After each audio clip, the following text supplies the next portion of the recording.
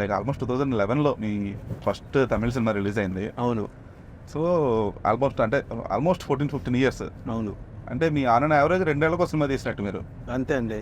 ఎందుకు సార్ అలాగ అంత స్లోగా? అంటే మన చేతుల్లో ఏముండదు. ఇప్పుడు సూపర్ గుడ్లో చేసిన సినిమా షూట్ అయితే కరెక్ట్గా పొల్లాచి మామూలుగా వెళ్ళాము. ఓకే.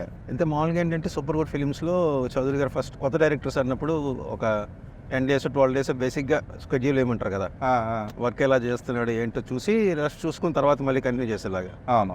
అలాంటిది ఫస్ట్ 1 week రష్ అక్కడికి వెళ్ళంగానే ఆయన నచ్చేసి మొత్తం చేసుకుని వచ్చామన్న అబ్బాయి క్లియర్గా ఉన్నాడు. సో ఆల్మోస్ట్ 40 days అటెస్ట్ వచ్చి సినిమా మొత్తం కంప్లీట్ అయిపోయింది. ఓకే. చెన్నై వచ్చిన తర్వాత ఒక 6-7 days అంతే. సో ఇంకా ఆ తర్వాత రిలీజ్కి బాగా 1.5 years పట్టేసింది సినిమా షూట్ అయిపోయినా సరే. వా. అంటే మార్కెట్ వైజ్ అప్పుడు తనకి హీరోకి రమేష్కి నేను కొత్త. సో తనకు కూడా ఆ ప్రీవియస్ ఫిల్మ్స్ వర్కౌట్ అవ్వలేదు. సో అంటే చూసుకొని రిలీజ్ చేయాలి కదా.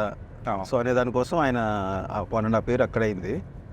ఇంకా అక్కడ నుంచి వచ్చాక ఇంకా సెకండ్ హ్యాండ్ అనే సినిమా, అది కూడా సినిమా షూటింగ్ అయిపోయి మళ్ళీ 1.5 years అది రిలీజ్ కష్టాలు ఎక్కువ పడినట్టుంది. చాలా. సో అట్లా సినిమా షూటింగ్ తొందరగా చేస్తాను తర్వాత ఆగింది. ఎందుకంటే సెకండ్ హ్యాండ్ తాజ్ డెక్కన్లో అనుకుంటా ఆడియో లాంచ్ ఈవెంట్. అవును, అది కూడా వెరైటీగా ట్రై చేయాలి. ఇట్లా సెటైరికల్గా అందరి మీద సెటైర్లు వేస్తూ పివిఎస్ గారు వీళ్ళందరూ వచ్చినట్టున్నారు. అవును, ఆయన one of the producer. So భలే ఫన్ ఉంటుంది అది. అవును. అప్పటికి అంతా కొంచెం మోసలో వెళ్తున్నాయి కదా. అవును. ఈవెంట్లన్నీ ఇది కొంచెం డిఫరెంట్గా ట్రై చేశారు అట్లీస్ట్. అంటే ఎందుకంటే నేను బేసిక్గా అట్లా కొంచెం సెటైరికల్గానే ఉంటాను. అండ్ సినిమా ఎలా ఉంటుందో అలాగే. తర్వాత కాలం చట్టం తన పనేది చేసుకుంటూ పోతుంది. ఎలా తీసుకెళ్తే అలాగే. మీకంటూ ఒక విధానం ఉంటుంది, ఒక కథ చెప్పడం విషయంలో కానీ, లేదంటే ఏదైనా ఒక ఎమోషన్స్ని ట్యాప్ చేయడం విషయంలో. సో మీ ఉండే సెన్సిబిలిటీస్కి ఈ కమర్షియలైజేషన్ అనేది ఎంతవరకు ఎఫెక్ట్ చేస్తుందండి? చేస్తుంది కొంతవరకు. ఎందుకంటే ఇప్పుడు జనాలకి ఏంటంటే వాళ్ళకి అన్నీ ఇప్పుడు అంటే సెన్సిబుల్గా సింపుల్గా లైట్ హార్టెడ్ ఫిలిమ్స్ని చూస్తారు.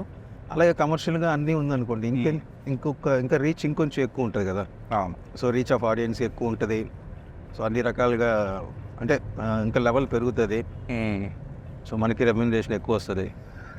సో అట్లా అది కొంచెం అదే ఇప్పుడు ట్రై చేశాను. భర్తమాషాల విజ్ఞప్తిలో నేను ఫస్ట్ స్టెప్ సక్సెస్ అయ్యాను అనమాట. అంటే ఎప్పుడు నేను ఇంత కామెడీ చేయలే కదా. True. So hilarious comedy try చేసాము, వర్కౌట్ కూడా అయింది బాగా.